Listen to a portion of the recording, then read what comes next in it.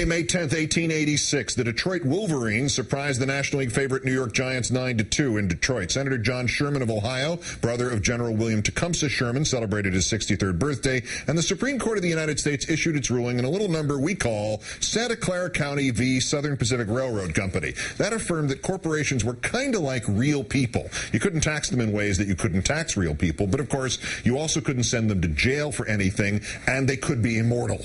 And in our third story tonight, the ruling also ultimately gave filmmaker Michael Moore his latest topic, and it gave our country 123 years of the hell on earth that is the legally sanctioned greedy vampire.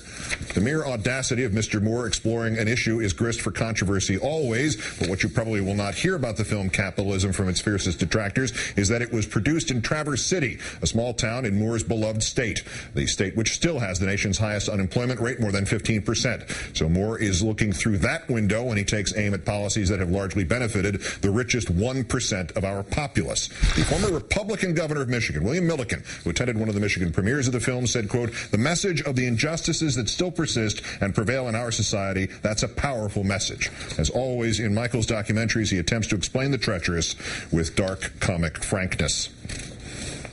The scam to swindle people out of the homes they already owned was masterful.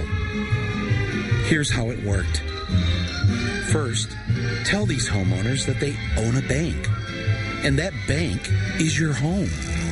So if your home is worth $250,000, that makes you a $250,000. You're sitting on a gold mine. You own your own bank, the bank of you. And you could use your bank to get more money. Just refinance. Everyone's doing it. Of course, hidden in the dozens or hundreds of pages of fine print are tricky clauses that allow the bank to raise your interest rate to a number you didn't know about, perhaps so high that you won't be able to repay your loan. But that's okay. If you can't repay it, we'll just take your house. Joining me now, as promised, Michael Moore, whose new documentary Capitalism, a Love Story, opens nationwide next Friday. Welcome. Thank you for having me here. Pleasure. Great to meet you. The mess that was exposed beginning a year ago, basically this week, and which has become more shocking by the day as we have realized what we funneled all this money into, was it sadly inevitable, or were there other ways to deal with it by the time it hit the tipping point? No, it was always going to happen, because we actually started on this path about 30 years ago with the election of Ronald Reagan.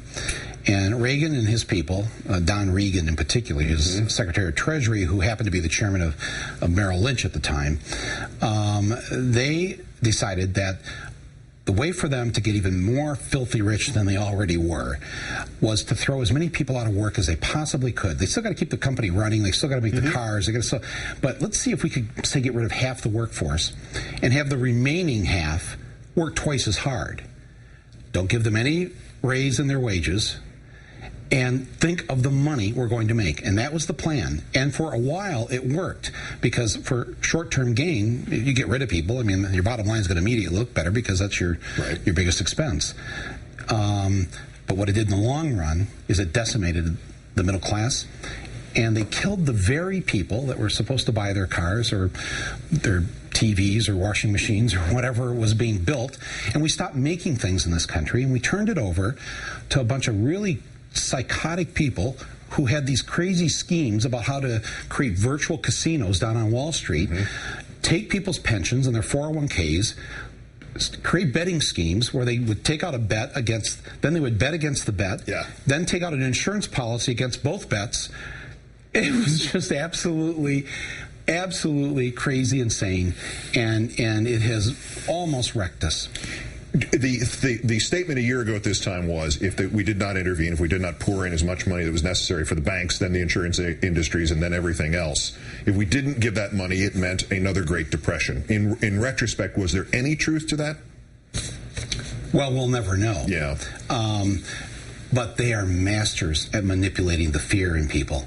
I mean, everyone had to act right away. We couldn't have any hearings. Don't even read the bill. No. Well, first off, it's written on the back of somebody's cocktail napkin. Right, it's like 2.5 pages long, about $1 billion a word. Don't read the bill. Just pass it.